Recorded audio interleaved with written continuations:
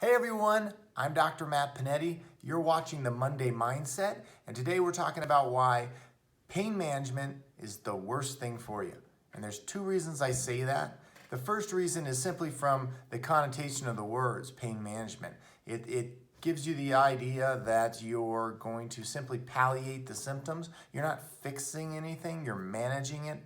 And from a short-term perspective, say like an ankle sprain or something that will eventually heal, that might be okay. From a long-term perspective, if this is more of a chronic issue, that's the last thing you want to be doing because you're going to simply cover up the problem, never fix it.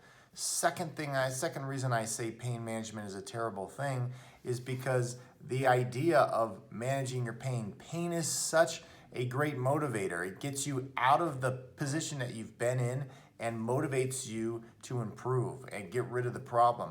But when you're managing the pain by taking some kind of drug, medication, therapy that helps palliate it and make the pain not so great, the motivation also becomes not so great, and you're much less likely to follow through on fixing the problem. So pain management, last thing I would recommend for anybody dealing with a more chronic issue. If it's a short-term thing like a slip, a fall, a bruise, something like that, different story. But when it's long-term, when it's been there for a while, and you're depending on drugs, surgeries, therapies just to get through the day, it's a bad position to be in. Hope you guys got something out of this, and I'm here if you need any help.